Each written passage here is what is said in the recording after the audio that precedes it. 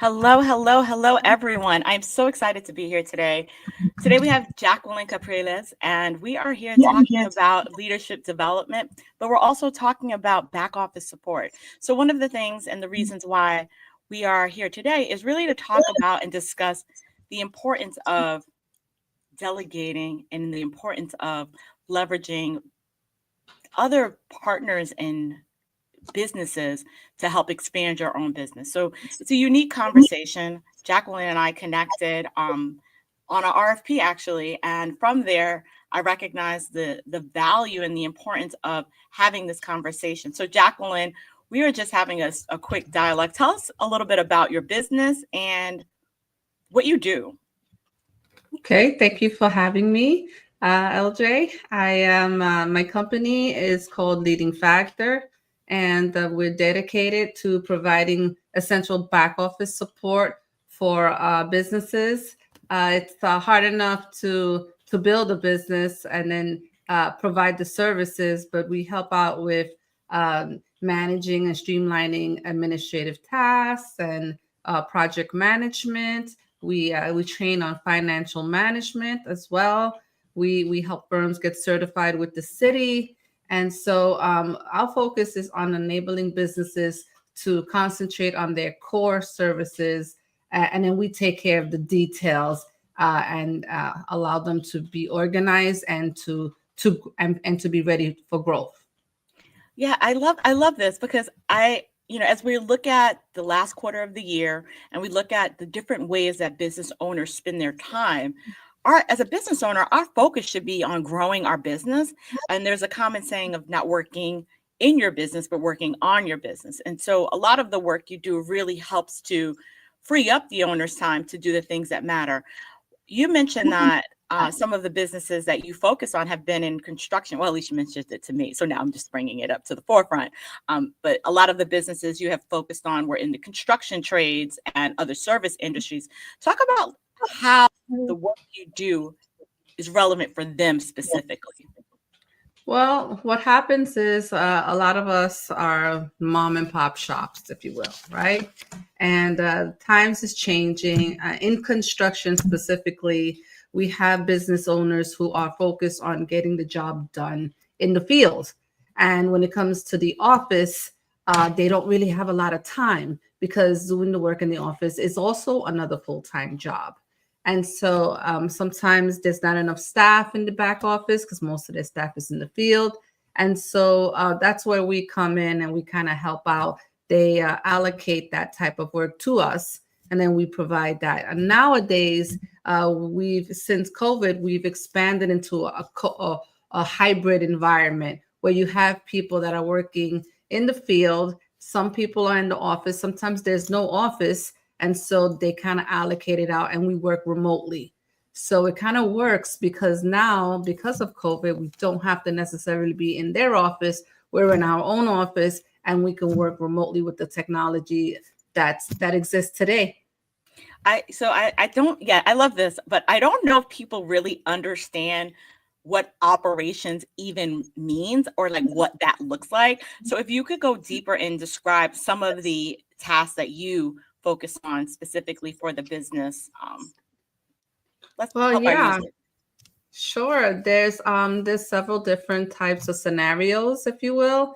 First scenario is just being able to implement the infrastructure. Like you have a computer and you're doing the work on the computer, but you don't have a backup system, which is important today, right? Sometimes people are using Google Drive or Dropbox and they're sharing their information with others. And then an accident happens where something gets deleted.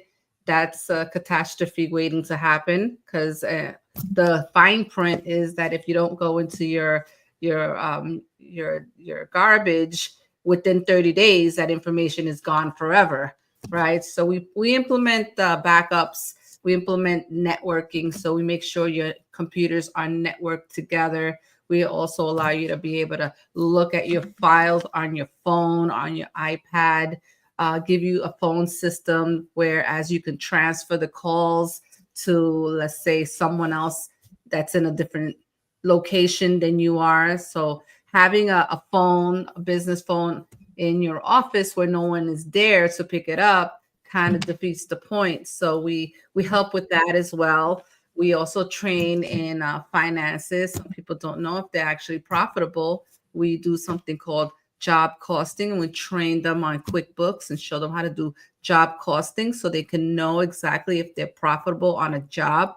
So various different things we do. Also project management, someone really kind of like project administration. I should change that from management to administration, because the guys in the field or the girls in the field, they're doing the project management in the field. But what they don't realize is that there's a ton of emails that come in and they need things done. Also, they need routing plans. Let's say they need to read blueprints, they need accounts, they need to interact with the vendors. Their emails are overflowing and no one's answering it. And so we provide the project administration. So we're the person in the back end, some of our services, that is to help them be able to catch up and have someone at the steering wheel at the foundation of their business. So I think one of the other things that it's important for anyone listening to understand, you actually started your journey as an electrical contractor. Talk about your past and how you even got to this place, because what we often see are companies and individuals offering support.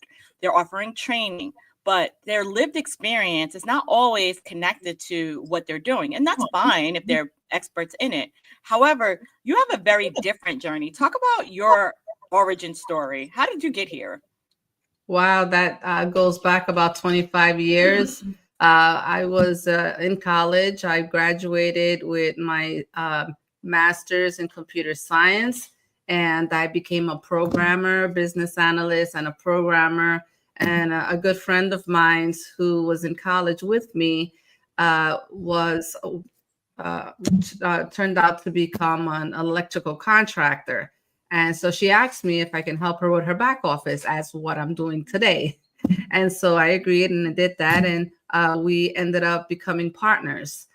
She offered me a partnership and I accepted.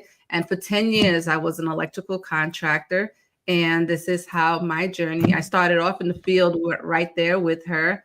And then, was in the office, and I did set up the back office. I set up the organization. We started off very small, and then we grew into doing work for the city and the state, the School Construction Authority, the MTA. And then 2020 hit, and that's when all of our projects were placed on hold. And at that point, I've already did the work 10 years. And so this is where I decided to kind of pivot and go into doing work like this, where it was in construction, IT, and business consulting.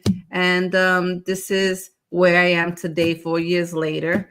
And now I'm helping other electrical contractors and GCs and HVACs, all trades, help them with their back office.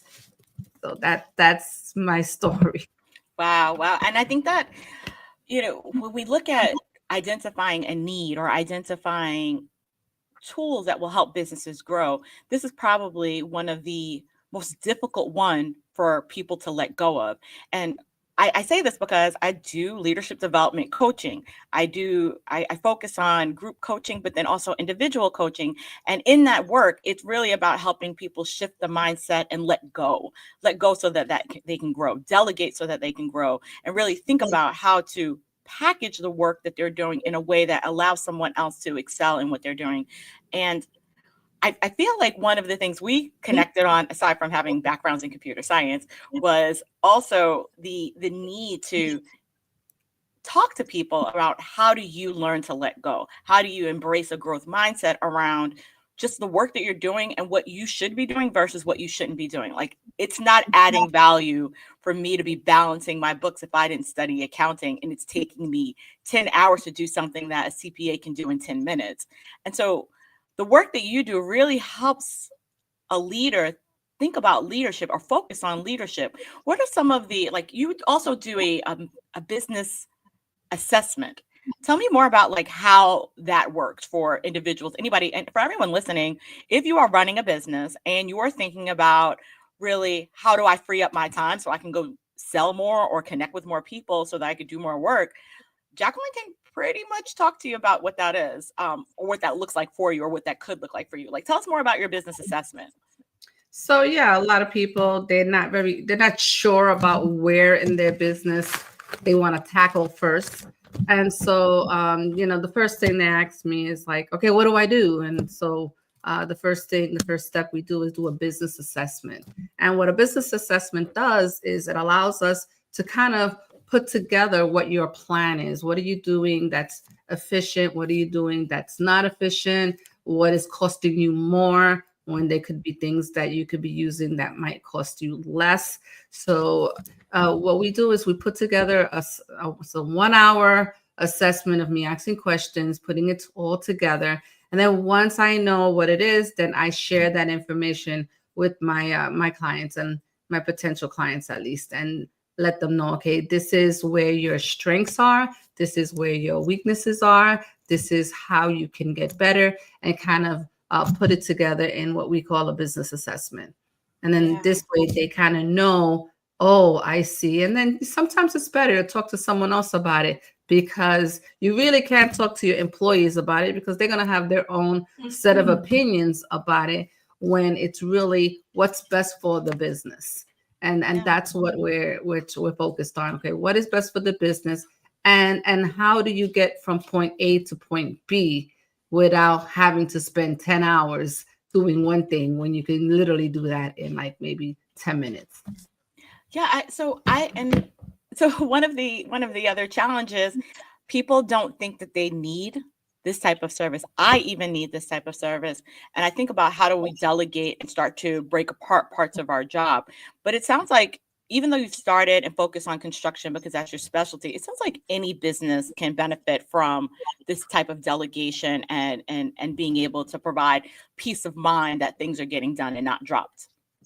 Yes, absolutely. It's any business. We don't just specifically, I mean, our niche is in construction, but we provide this service because this is something that everybody faces, not just one particular industry. Yeah. And so, Jackie, one of the things that I love about this dialogue, we've just been kind of talking about different ways to grow businesses. But even like when you're looking at these RFPs, what are some of the things that you are telling business owners that they should be thinking about when they are going out for these bigger opportunities? Well, they should be looking at something they can handle. Don't jump into something too big. You do need mentorship, understanding how to obtain that RFP, and being able to have a plan. A lot of people don't have plans. They just jump into things, and then realize later that they made a big mistake financially, especially. But trying to plan for it ahead of time is a big win, just so you could be able to kind of know exactly what you're getting into, and the financial responsibility of it as well. And city projects, most people are not aware, but you don't get a deposit as in the private industry. You actually have to fund that job until you get the first check, which can be 30, 60, 90 days.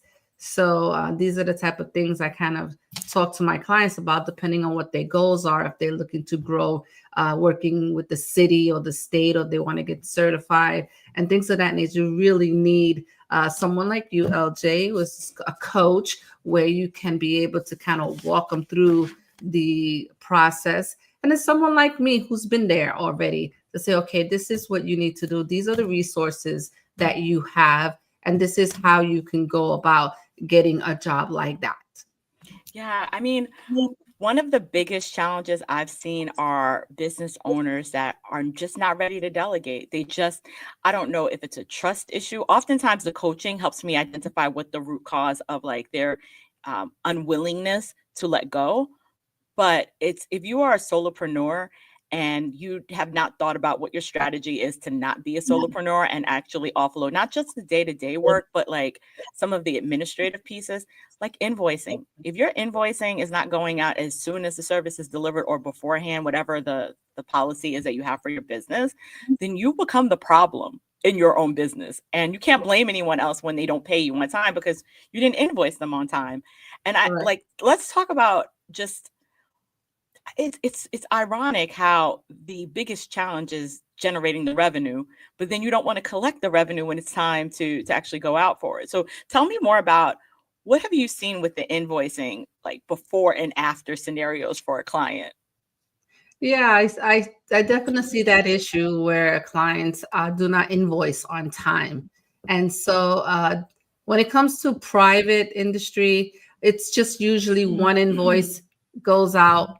But if they have 15 customers, 20 customers, then it becomes a lot because they're working the work. They're still doing the work, right? So they do have to allocate that part to someone. I like to compare it to a game that my daughter used to play when she was 5. It was called Pet Salon. Okay. It was such a cute game, and it allowed little animals to kind of, it was a shop, a pet shop, and little animals would go and do shampoo, and they would cut their hair. And then there was one particular animal that would be at the register. And it's the same as regular business. You have to have someone at the register collecting the money, right? So someone has to be there to invoice all the time, whether it's private or it's city. In the city, it's even more important because when you're doing city work, city, state work, or even federal work, your one invoice becomes 53 pages. So you need someone in that office that knows how to do this. And even if it means recording the process of putting together, you have to have someone doing it if you're not there doing it yourself. So if you're doing 100 other things, you do have to allocate that and find where somebody can be able to do that for you. And I get the trust element, but at the end of the day, the money goes into your bank account. So and somebody's got to know what you're earning because they have to send out that invoice. So I would say it's a mindset thing, and being able to just say, you know what, I need to collect this money so I can pay my employees, so I can pay my bills. I have to be able to allocate that to someone, whether it's your accountant, whether it's somebody you're outsourcing to. If you don't want to allocate it to someone in your business, you do have to find a way to allocate. Use a virtual assistant. There's so many different ways you can use somebody to do that particular function, which is a very important function. It would allow you to be able to do what you do best. And that's the work that you do. Yeah. And you talked about saving people time. And I don't know, like, one of the observations is that if you are leading your business, you should have a lot of free time to think about growing the business, to think about how to bring in new opportunities and new revenue. One of the other things that you mentioned from a service provider perspective is the fact that you work with these leaders. When do they know that they need help? At what point do you see people coming to you? Like, is it when you get to a certain revenue point? Is it when does someone need to contact leading factor? Because I think we all think about this. I think I need help. I think I need admin. But I'm not sure if I'm ready. And for a newer business, even with the revenue, you're like, oh, I could do it myself. I'm doing it myself now. What's the difference? What is that line that you help people like cross over? When do they need to cross the river? I guess when they need to cross the river, they start thinking about the cost. Now, most of my clients think of the cost. Well, I cannot afford an administrator. I cannot afford the payroll tax that I would have to pay for that person. They think of things such as, well, I can't pay someone off the books because then it becomes an owner's distribution, and then you get paid. You have to pay the taxes. So, and then maybe you don't have an office and you're not comfortable with someone coming to your home office and doing work, which other people wouldn't be comfortable doing that as well. So if you start seeing that things are slipping through the cracks, you're thinking about costs, you feel you can't afford it, then this is where you would need a business assessment, and you would need to talk to someone like me, because then we can allocate resources to you so that you can be able to do the work that you do and have the back office support that you need. So, and it does come at a lower cost than actually paying an employee full time. And of course, the security of not having someone being in your home. Even if you do have an office, the office, you have to pay. I'm located in New York. So having an office in New York is incredibly expensive. So that could add a lot of stress as well. So there's a lot of different, scenarios that come into play when people start thinking about, okay, I was a one-man shop at one time. Now I'm getting more work, but I cannot handle all that work. This is when you are looking for somebody to help you out. And the more people you have helping you, the more work you can get. And then that's when you earn more. And that's where you can cover your cost. Yeah, yeah. And I think we should always be thinking about, when can I free up more time? Because even if my revenue isn't consistent, there's that moment where I could be using my time in a different way, and I should really think about, how can I expand and reach more people versus do this like busy work. So I think it's a common question that people ask, but they don't act on. But you know what? One basic question I didn't ask, Jackie: how did you get the name Leading Factor, and what does it mean? Oh, okay.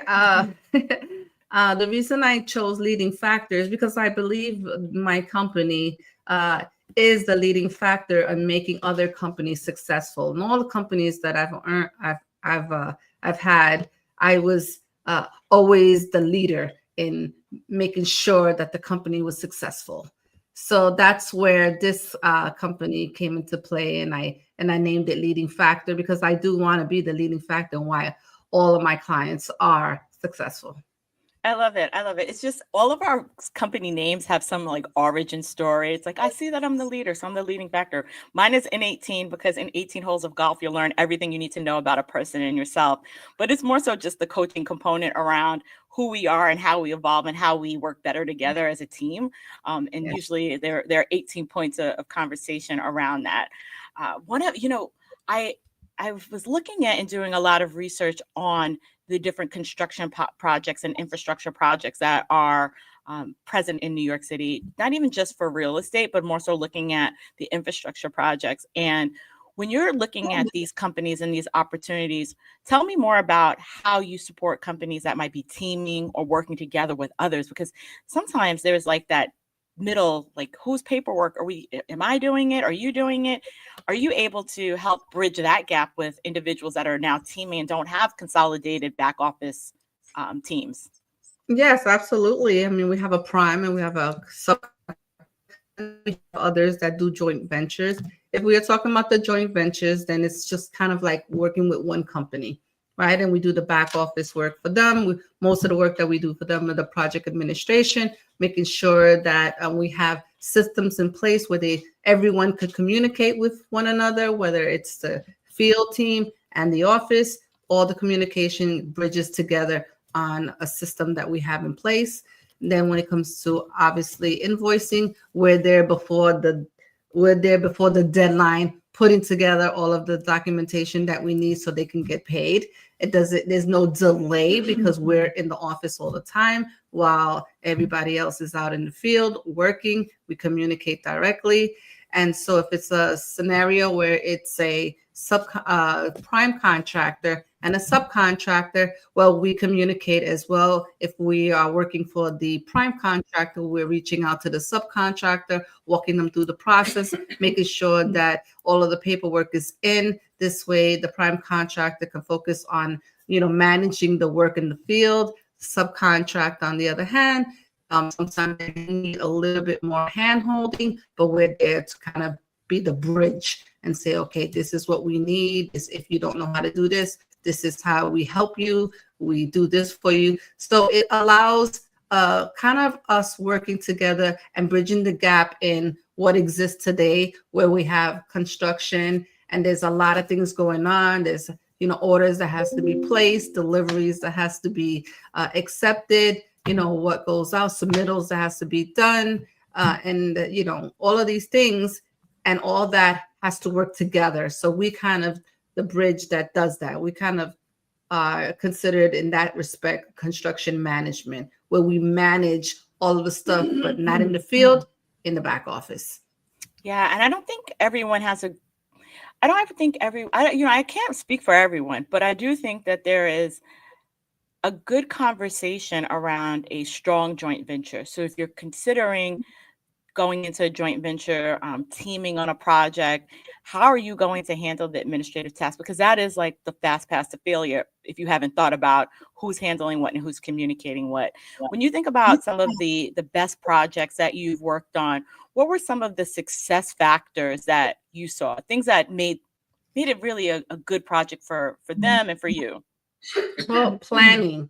In the beginning, the most important thing before you get started with a job is not to try to get into it once you're in the middle of it, because then it becomes complicated, right? Although that's not something that we say we can't do, it just takes a lot of time to kind of catch up, right? Mm-hmm. But in the beginning, it's always good to plan out, because with our company, we have the experience, so we already know what to look for. So we kind of map it all out and say, okay, this is what we need. This is what we, and so we kind of put it together. So it is very difficult when you're in a big company and you're trying to manage everything to kind of put it together in the middle, when you could just start it off in the beginning where you're planning everything. So I said the biggest thing to do is plan. And then if you aren't able to plan, then you would have to have patience when you get in the middle of it, so that we could try to catch up and fix things, so that you're not, getting, damages as far as, being late with everything and upsetting project officers and things falling through the crack rapidly, losing, money and cash flow and things of that nature. So everything is kind of like a trickle-down effect. You do have to plan everything, including the back office. Some companies think it's if they're coming from the private industry into the city and state, right, jobs, public work, I should say. They think it's an easy thing because they came from some place that was pretty easy. But when you make that transition, it's very hard. So you do need much more support than you did when you were actually doing work in the residential or even commercial sector. And it's so ironic. You would think that the private sector would be harder. So maybe the work is harder in the private sector, but the admin is harder in the public sector, just because there's just so many moving pieces, but they don't move quickly. They don't move consistently. And there are just a lot of touch points in that space. So thank goodness that they have someone like you to be able to stay on top of all of that. Otherwise, you dropping the ball often. Yes, exactly. Now, we're almost at time, but this has been a great conversation. And the reason, like for everyone listening, we do Any Given Monday with the thought around how do I provide resources or information that is useful for our listeners. And listeners are aspiring business owners, existing business owners, companies that are thinking like, how do I get my services? But it sounds like some of the things that you're doing, or actually, I know this already, but some of the things that you're doing require a mastery of tools. And while no one has sponsored us or paid, so we will not support or necessarily promote anyone's tools, you are using a series of platforms and tools that will help optimize. So for anyone listening, Jackie is using those platforms that are most common. I guess we could say it, because if we have to say it, I guess we could say it. Like, what are some of the tools that you're using or technologies that you're using? They should sponsor you, though. Well, some of the tools I use, so we can start with Slack. Slack is a good tool to use to bridge the gap between the field and the office. So, and it's free to try. And if you want to gather history that's 3 months back, then you can pay for the service. That's one. Another tool that we use is Asana. Asana is the same as Monday and ClickUp. And Asana allows you to track your task. And that's one thing you can, some people old school, they write their tasks down, but, it's good to have a tool where you can just put that task in a tool and then just be able to have your meetings on Mondays or Tuesdays and just go through the tasks and make sure that there are no bottlenecks. So things of that nature. So those are 2 tools that we use to keep ourselves organized and to be able to bridge the gap with communication in the field. Excellent, excellent. So we are actually at time. You offer a business assessment for everyone. How do they take advantage of that. If you're a business owner and you need an assessment, how do they, Jackie, get in contact with you or follow up on that? Well, I can send, is there a link here that I can put for our consult? We can post it in the comments as well. So once this post, yeah, you could put it right there in the comments.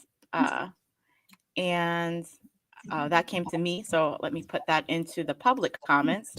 And then we can also, I'll put that here. Okay. We could also post it in the comments on the chat after. I tend to forget. So if I forget anyone that's looking for it, please remind me. But I will post it on the comments so people can see it as well. And for that actually concludes our session. And I'd like to thank everyone for tuning in to Any Given Monday. I look forward to you following up with Jackie and getting to know us. So thank you for joining. Thank you for having me, LJ.